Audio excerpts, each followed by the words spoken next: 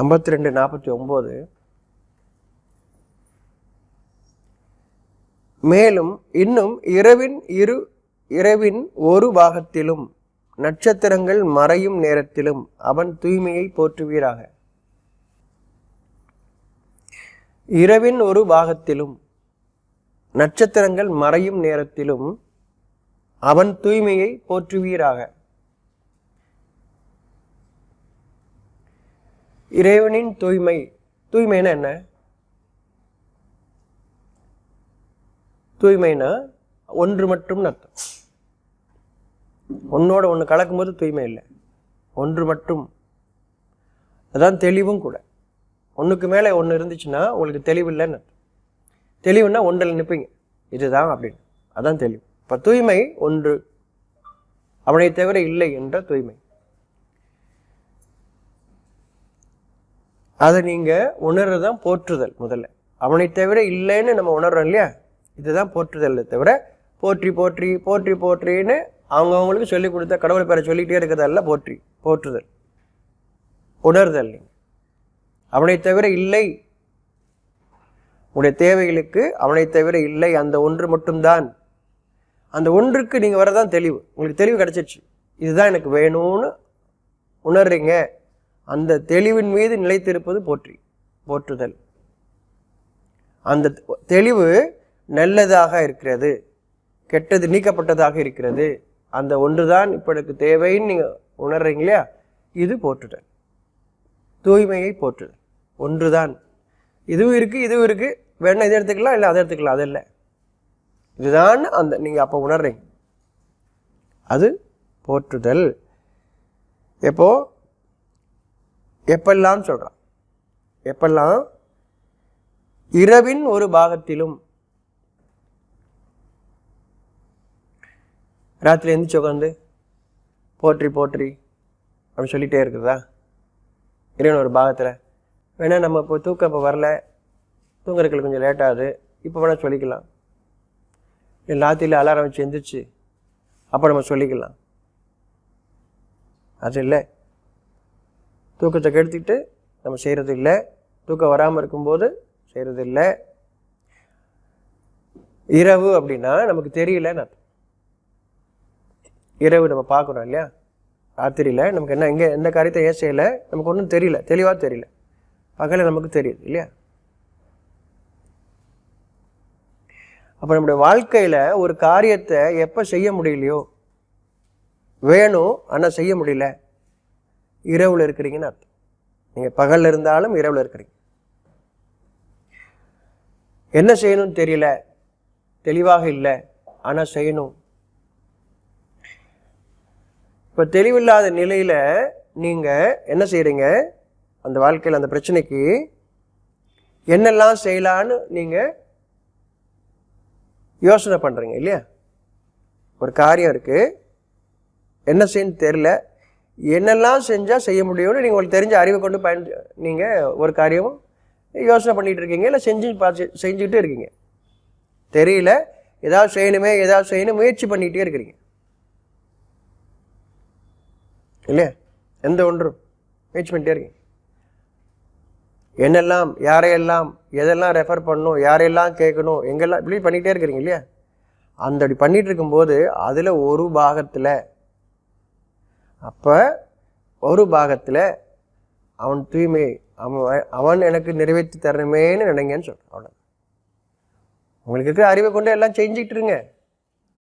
அதில் ஒரு பாகத்திலேயாவது அவனை நினைவு கூறுங்க, அவனை தவிர இல்லைன்ற நினைவு கூறுங்க. இதை நிறைவேற்றி தருவேன் அவனை தவிர இல்லை. ஒரு பாகத்திலும், இரவின் ஒரு பாகத்திலும். உங்களுடைய காரியங்களில் நீங்கள் ஈடுபடும்போது உங்கள் அறிவு உங்களை ஓட தான் வைக்கும். எனக்கெல்லாம் தெரியும்னு நீங்கள் நினச்சிட்டு இருப்பீங்க, செஞ்சுக்கிட்டே இருப்பீங்க. ஆனால் காரியம் நடக்கலை. அடுத்தடுத்த முயற்சி பண்ணிகிட்டே இருக்கிறீங்க. ஏன்னு சொல்கிறான், அதில் ஒரு பாகத்திலேயாவது, ஒரு பகுதியிலாவது அவன் தூய்மையை போற்றுங்கள், அவனை தவிர இல்லை. இப்போ அவன் உங்களுக்கு தெளிவு தருவான், என்ன செய்யணுங்கிறத அறிவிப்பான். ஒரு பாகத்திலேயாவது. உங்கள் அண்ணன் தம்பிகளுக்கு அறிவு இருக்குது, உங்கள் அப்பா அம்மாவுக்கு அறிவு இருக்குது, உங்கள் தாத்தா அத்தைகளுக்கு அறிவு இருக்குது, உங்கள் ஆசிரியர் குருமார்களுக்கு அறிவு இருக்குது, உங்கள் ஆட்சியாளருக்கு அறிவு இருக்குது, உங்களுடன் வாழக்கூடிய படித்தவர்களுக்கு அறிவு இருக்குது, இருக்கட்டும். அதுக்காக நீங்கள் பின்னாடி போயிட்டு இருக்கீங்க, சரிதான். அதில் ஒரு பாகத்திலேயாவது அவன் தூய்மையை போற்றுங்கள் சொல்கிறான். அவனை தவிர இல்லைங்கிற அந்த எண்ணத்துக்கு வாங்க. அப்போ நான் தெளிவுபடுத்துகிறேன். நீங்கள் உங்களுக்கு தெளிவு கிடச்சி அந்த காரியம் நடந்துச்சுன்னா நீங்கள் யாருக்காவது புகழ சொல்லுங்கள். இவர்னால நடந்துச்சு, அவர்னால நடந்துச்சுன்னு சொல்லிக்காங்க. நம்ம அப்படி தான் இருப்போம் இல்லையா? ஒன்று நடந்துச்சுன்னா இவர் பண்ணார், அவர் பண்ணார், கடவுள் பண்ணார் மட்டும் சொல்ல மாட்டோம். கஷ்டம் வந்தால் மட்டும் கடவுள் பண்ணார் இல்லையா? நீங்கள் சொல்லிக்கங்க. ஆனால் ஒரு பாகத்திலாவது என்னை நீங்கள் நினைவு கூறுங்கள், அவன் தூய்மையை நினைவு கூறுங்கள், அவனை தவிர இல்லை என்பதை நினைவு கூறுங்கள். இன்னும் நட்சத்திரங்கள் மறையும் நேரத்திலும், இரவின் ஒரு பாகம்னா தெரியுதா? இரவுன்னா தெரியுதா? நட்சத்திரங்கள் என்ன? உங்கள் வாழ்க்கையில் நீங்கள் சில விஷயத்தை, நட்சத்திரங்கிறது நமக்கு தலையாக தெரியுது இல்லையா? நல்லா மின்னுது நட்சத்திரம் இல்லையா? வானம் பார்க்குறீங்க, எங்கெல்லாம் மின்னுது, வானம் முழுவதும் இருளாக தெரியுது, சிலது அங்கங்கே மின்னுது இல்லையா? அப்போ உங்கள் வாழ்க்கையில் எதெல்லாம் உங்களுக்கு தெளிவாக தெரியுதோ அதை நீங்கள் நம்புறீங்கன்னு அர்த்தம். இந்த வேலை, இந்த தொழில், உங்களுடைய பேங்க் பேலன்ஸு, இல்லை உங்கள் சொத்து, உங்களுக்கு வருமானம், ஏதோ ஒன்று, ஏதோ ஒரு உறவு உங்களுக்கு உடனே ஞாபகம் வருது, அவங்க தான், அந்த தான் ஞாபகம் உங்களுக்கு, அது எனக்கு இருக்குது அப்படின்னு நீங்கள் நட்சத்திரம் மாதிரி உங்களுக்கு அது மின்னுது. உங்கள் வாழ்க்கையில் அதை நீங்கள் நம்புறீங்க. இதை கொண்டு நான் இருந்துருவேன், இது எனக்கு இருக்குது அப்படின்னு நம்புறீங்க. நீங்கள் என்னன்னு சொல்கிறான்? அது மறையும் நேரத்திலும் அதையும் நான் மறக்கடிப்பேன், அதையும் நான் மறைய செய்வேன். நீங்கள் எதை நம்பிக்கிட்டு இருந்தீங்களோ அது இல்லாமல் ஆக்குவேன்.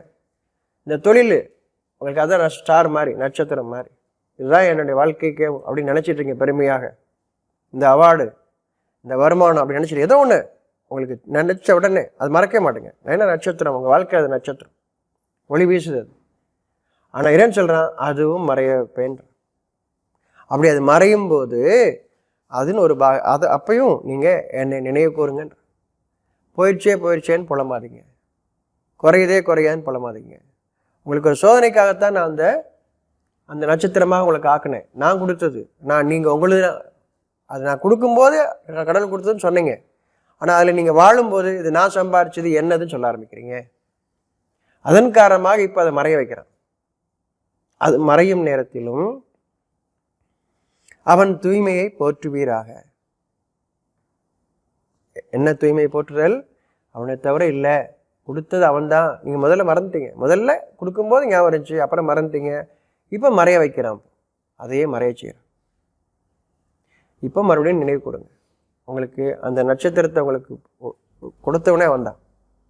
இப்போ மறையும் நேரத்திலும் அவன் தூய்மையை போற்றுவீராக. நினைவு கொடு, உங்களை படைச்சவன். உங்கள் அறிவுன்னு நினச்சிக்கிட்டு இருந்தீங்களே, நீங்கள் பார்த்தது இல்லையா? அது யாராக இருந்தாலும் அவர்கள் சோதனைக்குள்ளே போகும்போது பார்க்கலையா? அவங்க படுற கவலையை பார்க்கலையா? புலம்புறதை பார்க்கலையா?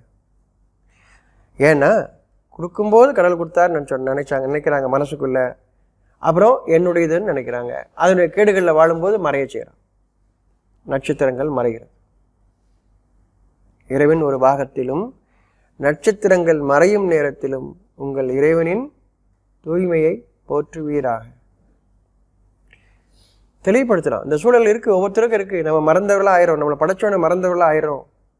நான் தான் அதற்குரிய பாக்கியத்திற்கெல்லாம் நான் தகுதி படைத்தவன் நினைப்பு வந்துடுது. இப்போ இறைவனுடைய சோதனை தொடங்குது. உங்களை நாம் வாழும் காலம் வரை பணிவுடையவர்களாக வாழ, பணிவு இருந்தால் மட்டும்தான் நம்மளுக்கு ஞானம் கிடைக்கும், தெளிவு கிடைக்கும். வாழ்நாள் முழுவதும் நமக்கு பணிவு தேவை. படித்து விட்டோம்னு ஒன்றும் கிடையாது. நீங்கள் கற்றுக்கொண்டீர்கள் என்றால் நீங்கள் கற்றுக்கொண்டது ஒரு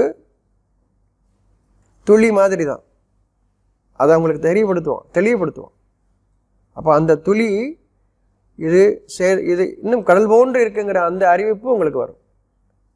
பணிவோடு இருக்கும்போதெல்லாம் நான் நிறைய படிச்சிட்டேன் எண்ணமே வராது. இன்னும் நிறைய படிக்கணும், என் இறைவன் கற்றுத்தருது. படிக்கிறதுனா புஸ்தத்தை பார்த்து படிக்கிறது இல்லை, சர்டிஃபிகேட்டாக வாங்கி குமிக்கிறது இல்லை.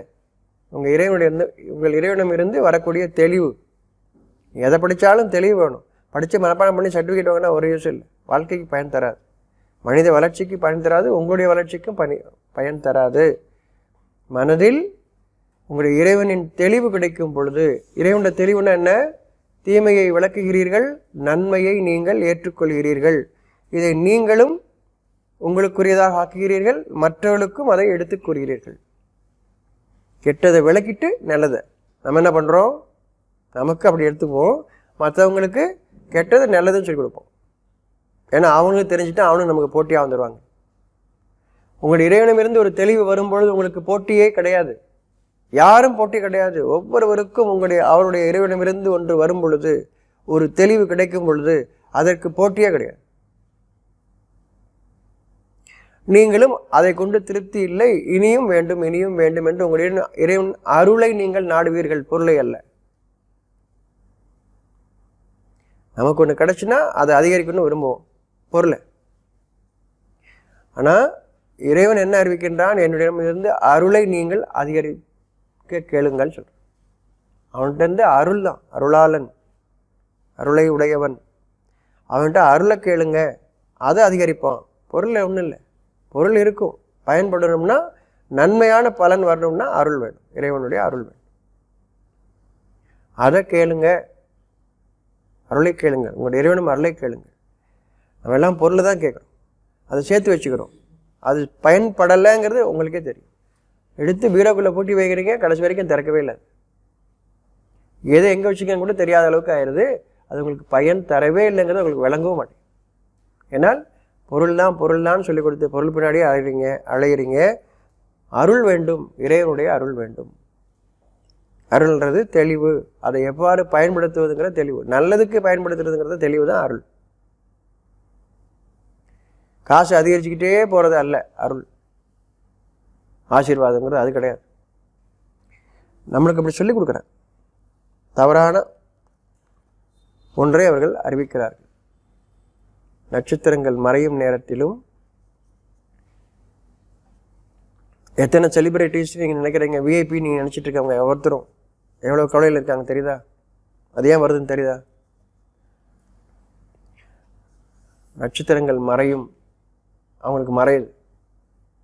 ஆனால் என்ன செய்யணும் தெரியல அவனுக்கு. இறைவன் இருக்கின்றான், அவன் தூய்மையை அவள் போற்றவே இல்லை. அவள் தங்களையே போற்றி கொண்டிருந்தார்கள், தங்களுடைய புகழ் பாடிக்கொண்டிருந்தார்கள். அவங்களா பேசிக்கிறாங்க, இன்னும் அடுத்தவங்களை வச்சுட்டு அவருடைய புகழை பாட சொல்கிறாங்க. இவங்க தான் உங்களுடைய விஐபிஸ், முக்கியமானவர்கள்.